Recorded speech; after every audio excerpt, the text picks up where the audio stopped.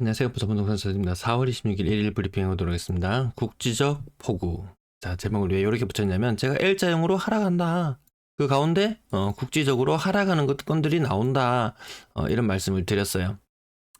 2022년에 그 폭락 시기에는 그 처분 조건 때문에 울며 겨자 먹기로 살려는 사람은 없는데 정말 부동산이잖아요. 안 팔리는 부동산, 동산이 아니고 부동산.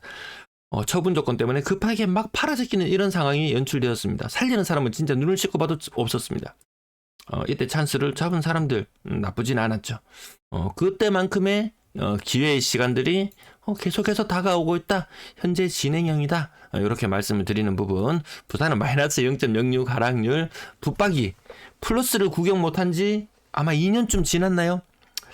플러스 마이너스만 지금 2년입니다. 과거 조정 대상 지역 18년, 19년 그때 이 느낌이 날 정도로 분위기는 계속 좋지 않죠.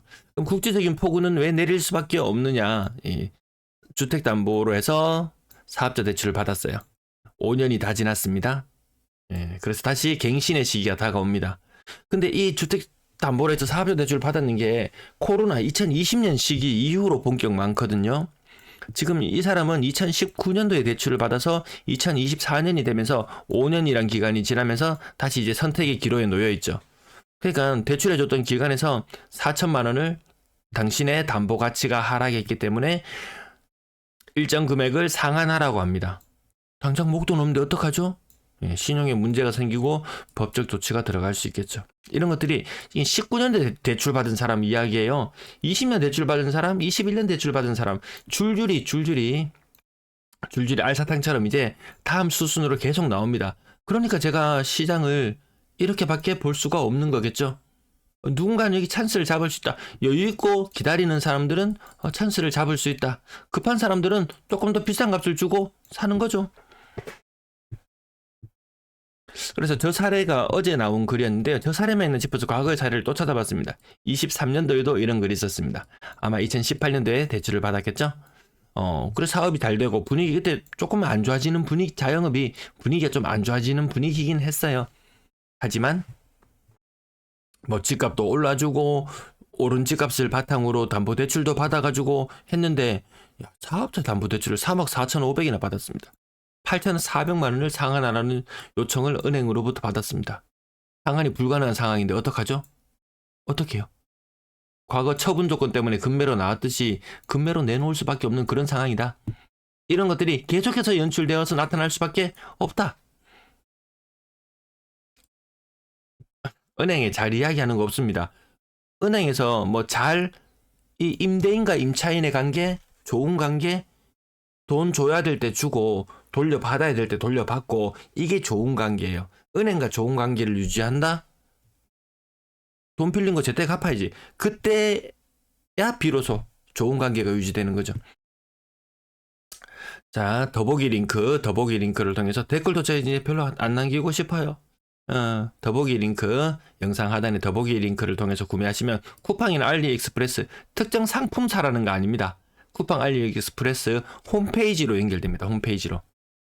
그거 사시면 돼요. 홈페이지로 가서 필요한 거 아무거나 사시면 됩니다. 어차피 사실 거 링크 깜빡하지 마시고 꼭 눌러주세요. 부산의 매도 물량 5만 5천 개를 전후로 왔다 갔다 크게 줄지 않고요. 전세 물량도 이제 크게 줄지 않네요. 월세 물량도 주는 폭이 좀 많이 멈춰 있는 듯한 느낌. 임대 물량 마찬가지고요. 거래량 74건. 어제 거래량이 좀 많다 싶으면 분위기가 살아나네 이런 게 아니고 어제 거래량이 많았으면은 내일은 조금 적겠네.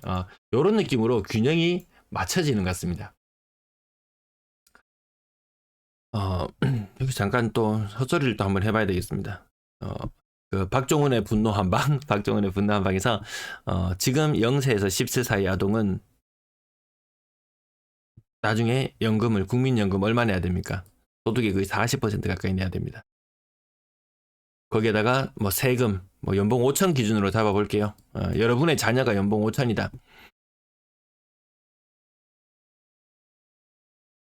40% 국민연금으로 떼가고 한 10% 정도 소득세로 떼가고 그리고 한 20% 정도 그때는 의료보험 나가야 되겠죠. 지금 0세에서 10세가 한 30살 정도 되었다고 쳤을 때 자, 그럼 이거 끝이냐? 끝이냐? 주택담보대출 DSR 비율에 풀로 맞춰서 40% 내야 된다. 그러면요, 이 세대들은 지금 0세에서 10세 구간, 신생아부터 한 초등학생 구간에 있는 이 사람들은 집을 살 수 없는 세대예요. 집을 살 수 없는 세대. 집을 살 수 없는 세대예요. 그나마 좀 다행인 것은 뭐 부모 세대보다 숫자가 많이 적기 때문에 한 채 물려줄 수 있는, 뭐 살다가 한 개 남겨주고 가고 뭐 이런 정도만 되면 그나마 다행이겠죠. 근데 현실적으로 소득을 통해 가지고 집을 사는 것은 불가능한 세대다. 뭐 2040년부터 집값이 떨어진다고요? 2040년부터 집값 떨어진다는 어제 리포트 보셨죠? 2040년부터는 지금 2025년 15년 후 미래가 없다. 그냥 미래가 없다. 집값이 뭐 떨어진다, 오른다, 떨어진다. 집이 남아돈다. 살 수 있는 사람도 없다. 이거 보세요. 이거 비율로 맞추니까 이 소득의 100%를 넘어가 버립니다.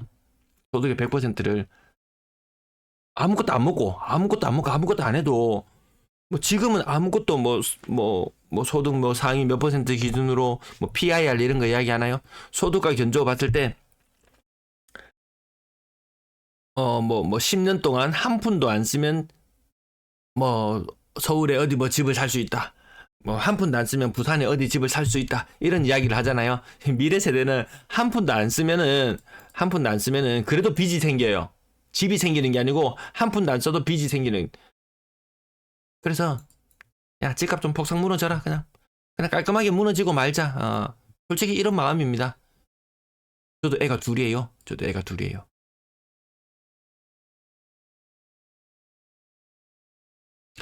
자, 실거래 가격 자료는 아파트 투미. 아파트 투미 자료를 통해서 잠깐만 살펴보고 지나갈게요. 오늘 제일 비싸게 거래된 아파트는 8억 5천, 고점 대비 32% 하라.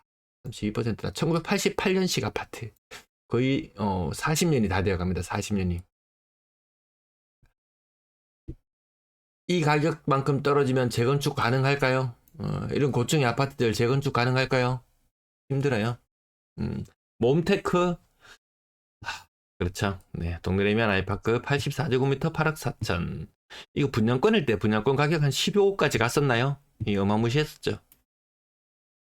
아쌍 30평에 8억. 아쌍 30평에 7억 4천. 층수 같은 층수. 중복도 아닌데 아니죠. 거래 날짜가 다르죠. 거래 날짜가 다릅니다. 고점 대비 25% 30% 정도 계속 빠지고 있다고 말씀드리고요. 6억 이상 소득. 야, 나중에 누가 이런 집을 사줄 수 있을까? 그래서 뭐 연금 체계나 주택연금 들면 되지. 지금 사는 사람들이야 연금 들면 되지. 그럼 연금 들었을 때는 지금 그 아파트 가격이 시간이 지나면서 지속적으로 상승한다는 몇 퍼센트 상승한다는 가정하에 지금 어느 정도 연금액이 보장을 받는 것이지, 이 아파트 가격이 지속적으로 하락하게 되면은 나중에 이 돈도 다 못 받아요. 같이 잘 사는 사회가 아니면은 내 혼자 어떻게 잘 되겠지. 내 혼자 욕심 좀 부려갖고 내 혼자 살 단돌이 좀 해보겠지. 어떤 사람의 글이 있었습니다. 좀 빈 공간 있는 곳에서 자기는 열심히 살았대요. 60세가 넘어가고 4억 정도 되고 아파트 가격이 4억 정도 되고 자산을 2억 5천 정도 모아놨대요. 그리고 뭐 연금이 한 70만 원 정도 나온다든가. 기초연금 나올까요? 기초연금 나오려면요, 부부 기준으로 대도시에 살 때 자산이 한 11억 정도 되면은 아마 이게 거의 커트라인일 거예요. 제가 주변에 좀 이거 기초연금 못 받아가 억울해하는 사람이 있어가지고 이 자료를 받아가지고 분석을 해보니까 이 정도 11억 정도 있으면은 이 말이 기초연금이지. 11억 있어도 30만 원씩 줍니다. 그래서 이 돈이 많은 것이냐 따졌을 때 상위 4%, 커트라인 상위 4%의 현금성 자산이 5억 정도였었죠.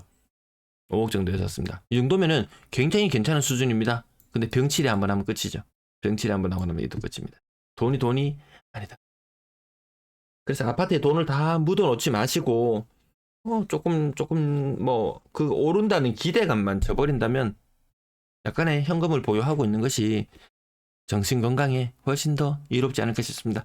늘 쪼달려가 있을 필요 있습니까? 나이 막 70 넘고 80 다 돼가지고 어디 경비원 가겠습니까? 자, 가격 조금만 더 짚어볼게요. 많이 떨어진 것만 짚어볼까요? 5억대 아파트들 나름대로 용 쓰고 있다. 용 쓰는 데까지 거기까지다. 점점 약보합의 형태를 띠는 것들이 약보합의 형태를 띠는 것이 더 많이 나타날 것이다. 그렇게 대구가 먼저 그 길을 가고 있어요.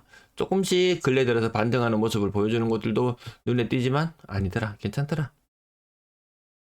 괜찮게 아주 미세하게 그 L자형의 그 수순을 따라가고 있더라. 2040년부터 집값 떨어진다고 하니까 나 2040년에 팔아야지 이런 사람은 없겠죠. 그때 전망이 부정적이라는 말은 그 앞서서부터 이미 사람들은 다 움직이고 있을 거예요. 그리고 2040년부터 아니고 저는 현재부터 진행형이 아닐까 싶습니다. 그렇게 바라보고 시장을 계속 예측해 나가고 있기도 하고요. 37%, 고점 대비 38%, 직거래도 아니고 1, 2, 3층도 아니고 이런 것들이 나온다.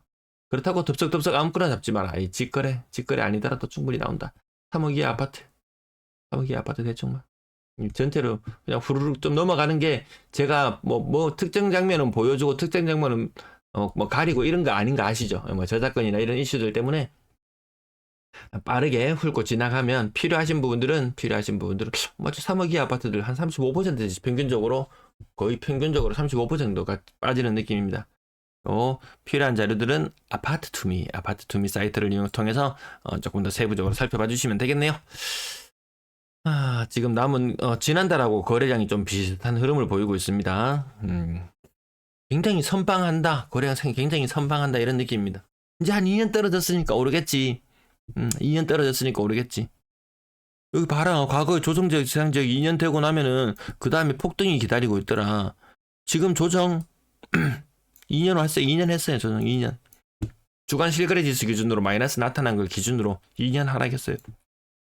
그럼 이제 또 오르겠지. 근데요, 여기 잠깐 조정은 있었을지언정 12년 정도 지방광역시는 12년 정도 상승했어요. 2년 하락했어요. 또 폭등이요? 그 받아줄 사람 없어요. 빚으로 받아줘야 돼요. 빚 내기에 부담스러운 시기라는 거 아시죠? 오늘도 말씀이 너무 많이 길어지네요. 자, 나머지는 뭐 크게 뭐 힘차게 나가는 느낌 들지는 않죠. 전세 거래는 계속 조금 줄어듭니다. 1월 달에 거래가 많았을 때 이맘때 2,000건인데 지금 1,500건대거든요. 물량은 약간 미세하게 줄어들었을 뿐이지 급격하게 줄어들어서 전세 시장 혼란 이런 거 없습니다. 전세 사기 무서워서 다 전세 아파트로 안 들어가잖아요. 아파트로 전세 갑니까? 뭐 아파트는 전세 사기 없는지 아세요? 이거 보증금 안 돌려주고 이런 건 다 사기입니다. 사기. 자, 전세가 계속 빠지고 있습니다. 전세가 계속 빠지고 있어요. 주간 실거래 지수상에서는 플러스로 매수세 나타나고 있지만 이 평균적인 가격 이렇게 빠지고 있죠. 거래량도 예전보다 못하죠. 전세 시장이 쪼그라들어요. 전세 시장이. 전세를 한창 살아줘야 될 2030 다 쫓아내보냈죠. 집 투기하는 사람들 다 쫓아내보냈죠. 월급이 싸고 지방광역시는 약하죠. 수도권에 비해서 월급이 더 쌉니다. 약합니다. 그럼 집값이라도 좀 싸든가 집값이라도 좀 싸가지고 월급 작아도 그냥 거기서 만족하게 살든가.